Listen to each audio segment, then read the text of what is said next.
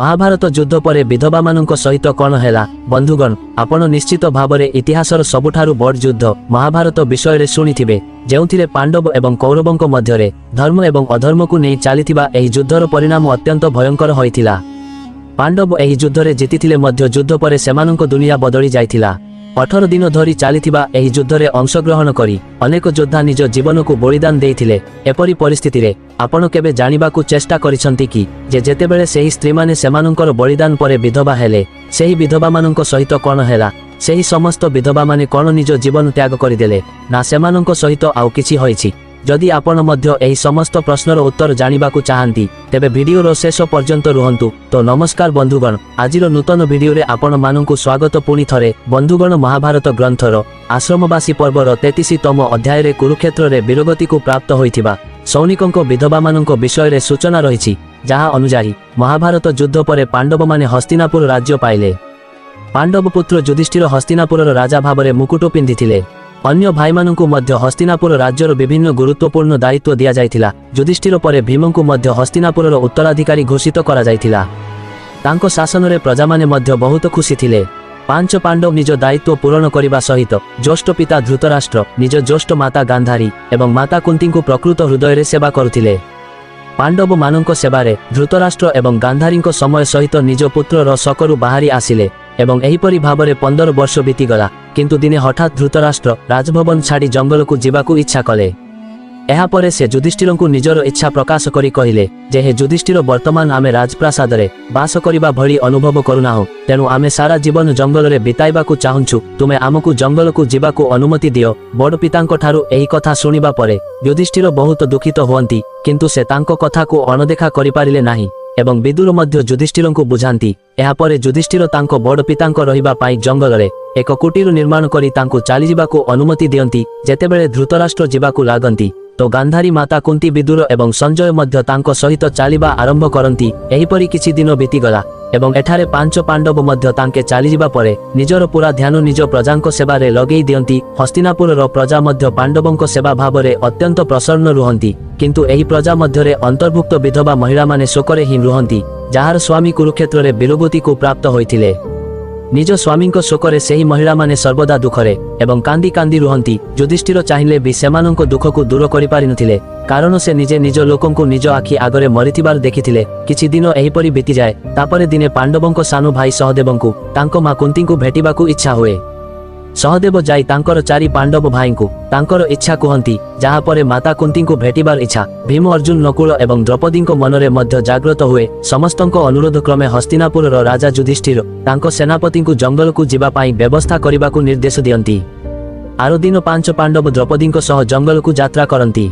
जेतेबेले हस्तिनापुरर प्रजा माने एहा विषय रे जानंती सेमाने मध्य सेमानंक सहित जीवा आरंभ करंती। सेमानंक मध्यरे सेही विधवा महिला माने मध्य थिले जेउ माने महाभारत युद्ध रे स्वामी को हराइथिले। जंगल को जाई 5 पांडव सेही आश्रम को जाती जेउठारे धृतराष्ट्र गांधारी माता कुंती विदुर एवं संजय समस्ते रहुथिले एवं हस्तिनापुरर बासिंदा माने सेही आश्रमर आखपाखरे रहिबार व्यवस्था कले।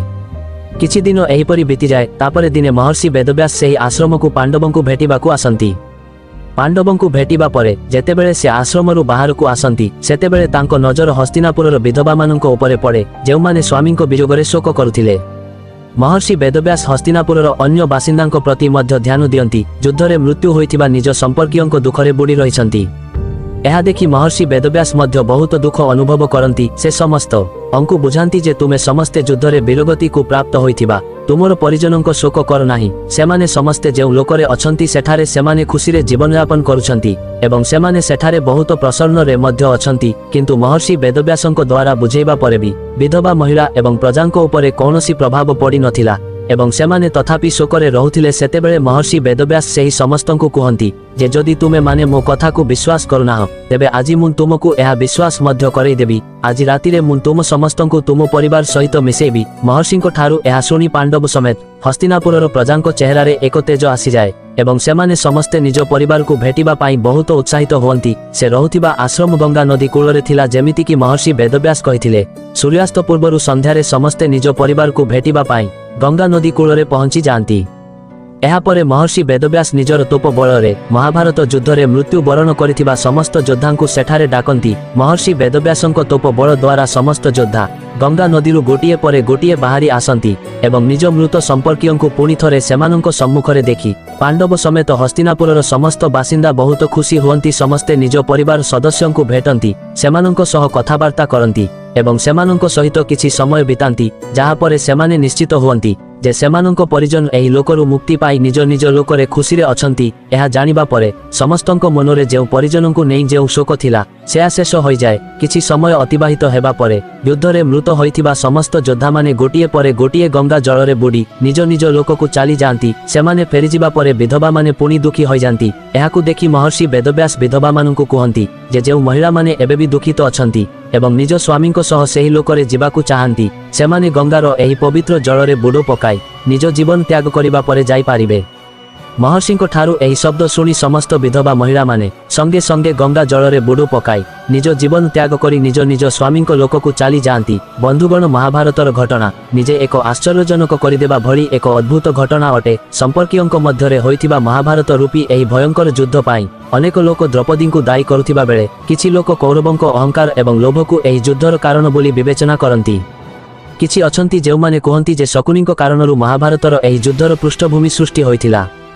ସେ ଯାହା ହେଉନା କାହିଁକି, କିନ୍ତୁ ଏହି ଭୟଙ୍କର ଯୁଦ୍ଧରେ ଲକ୍ଷ ଲକ୍ଷ ଲୋକ ପ୍ରାଣ ହରାଇଲେ ଏବଂ ତା ସହ ସମଗ୍ର କୁରୁବଂଶ ଧ୍ୱଂସ ହୋଇଗଲା। ବନ୍ଧୁଗଣ, କୁହାଯାଏ ଯେ ମହାଭାରତ ଯୁଦ୍ଧ ପରେ ପାଣ୍ଡବମାନେ ହସ୍ତିନାପୁରରେ 36 ବର୍ଷ ଶାସନ କରିଥିଲେ।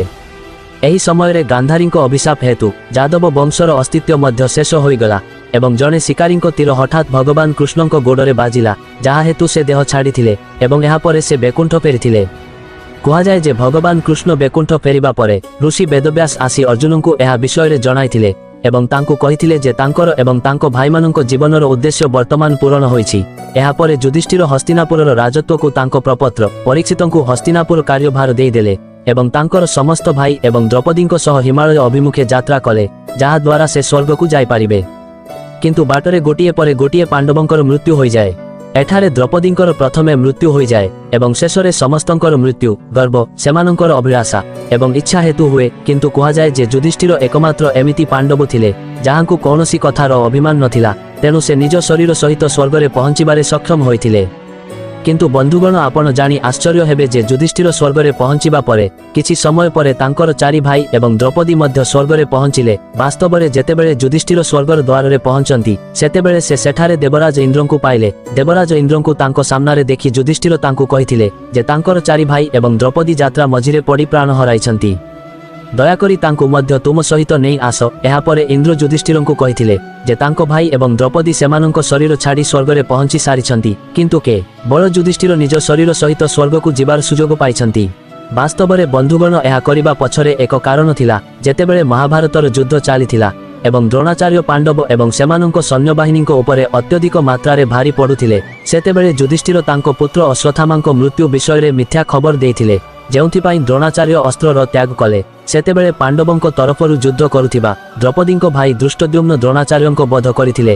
ଏହି କାରଣରୁ ତାଙ୍କୁ ତାଙ୍କ ଭାଇ ଏବଂ ଦ୍ରୌପଦୀଙ୍କ ଠାରୁ ଅଲଗା ହୋଇ ସ୍ୱର୍ଗ ପ୍ରାପ୍ତ ହେଲା ଏବଂ ଏହି କାରଣରୁ ଦେବରାଜ ଇନ୍ଦ୍ର ତାଙ୍କୁ ଜଣେ ଦୂତଙ୍କ ସହ କିଛି ସମୟ ପାଇଁ ନର୍କକୁ ପଠାଇଥିଲେ, ଯେଉଁଠାରେ ତାଙ୍କୁ ନା କେବଳ ସମୟ ବିତାଇବାକୁ ପଡ଼ିଥିଲା, ବରଂ ସେଠାରେ ତାଙ୍କୁ ପାଣ୍ଡବ ଭାଇମାନଙ୍କ ଏବଂ ଦ୍ରୌପଦୀଙ୍କ କାନ୍ଦିବାର ଶବ୍ଦ ମଧ୍ୟ ଶୁଣାଗଲା। ତ ବନ୍ଧୁଗଣ, ଏହା ଥିଲା ମହାଭାରତ ବିଷୟରେ କିଛି ରୋଚକ ସୂଚନା। ଯଦି ଆପଣଙ୍କୁ ଏହି ଭିଡ଼ିଓଟି ଭଲ ଲାଗିଥାଏ ତେବେ ଲାଇକ୍ ଏବଂ ସେୟାର କରନ୍ତୁ ଏବଂ ଭିଡ଼ିଓକୁ ଶେଷ ପର୍ଯ୍ୟନ୍ତ ଦେଖିବା ପାଇଁ ଆପଣଙ୍କର ବହୁତ ବହୁତ ଧନ୍ୟବାଦ।